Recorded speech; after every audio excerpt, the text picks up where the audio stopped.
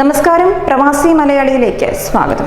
Internet വിച്ഛേദത്തിലൂടെ കഴിഞ്ഞ വർഷം ആഗോളതലത്തിലുണ്ടായ നഷ്ടം $8 ബില്യൺ എന്ന് കണക്കുകൾ സൂചിപ്പിക്കുന്നു.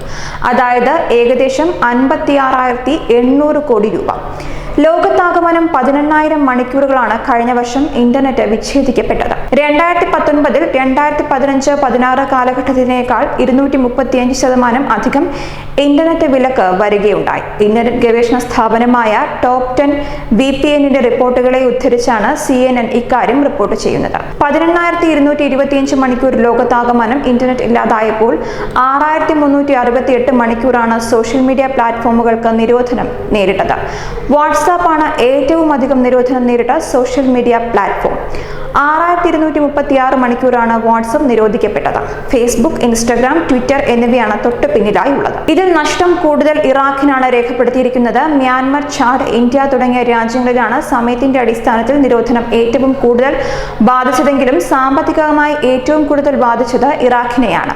4,880 മണിക്കൂറാണ് മ്യാൻമറിൽ ഇന്റർനെറ്റ് നിരോധിച്ചത്. ചാഡിൽ ഇത് 4,728 മണിക്കൂറും ഇന്ത്യയിൽ 4,196 മണിക്കൂറുമായിരുന്നു. 263 മണിക്കൂർ നിരോധനം കാരണം ഏകദേശം 16,300 കോടി രൂപയാണ് ഇറാഖിന് നഷ്ടം സംഭവിച്ചത്. 1,560 മണിക്കൂർ ഇന്റർനെറ്റ് നിരോധിച്ച സുഡാനാണ് രണ്ടാം സ്ഥാനത്തുള്ളത്. $1.8 മില്യൺ, അതായത് ഏകദേശം 12,700 കോടി രൂപയാണ് സുഡാന്റെ നഷ്ടം.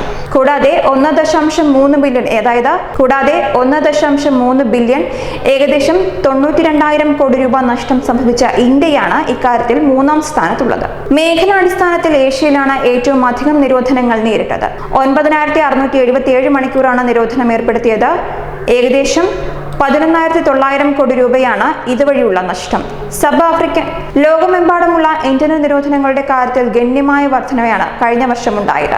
പ്രത്യേകിച്ചും അശാന്തിയും പ്രതിഷേധവും നിയന്ത്രിക്കാൻ ഗവൺമെന്റുകൾ ഇന്റർനെറ്റ് നിരോധനത്തെ കൂട്ടുപിടിക്കാൻ തുടങ്ങിയതോടെയായിരുന്നു ഇത്. 4,196 മണിക്കൂർ ഇന്റർനെറ്റ് നിരോധനമാണ് ഇന്ത്യയിൽ 2019 ഉണ്ടായത്. എന്നാൽ മറ്റു രാജ്യങ്ങളിൽ നിന്ന് വ്യത്യസ്തമായ ചില മേഖലകളിൽ മാത്രമാണ് നിരോധനമെന്ന് റിപ്പോർട്ടിൽ പറയുന്നുണ്ട്. എന്നാൽ ഇന്ത്യയുടെ ഏതെങ്കിലും ഒരു സോഷ്യൽ മീഡിയ പ്ലാറ്റ്ഫോമിന് മാത്രമായി നിരോധനം ഉണ്ടായിരുന്നില്ല. ഓഗസ്റ്റ് മാസം മുതലുള്ള കശ്മീരിലെ ഇന്റർനെറ്റ് നിരോധനത്തെക്കുറിച്ച് റിപ്പോർട്ടിൽ പരാമർശമുണ്ട്.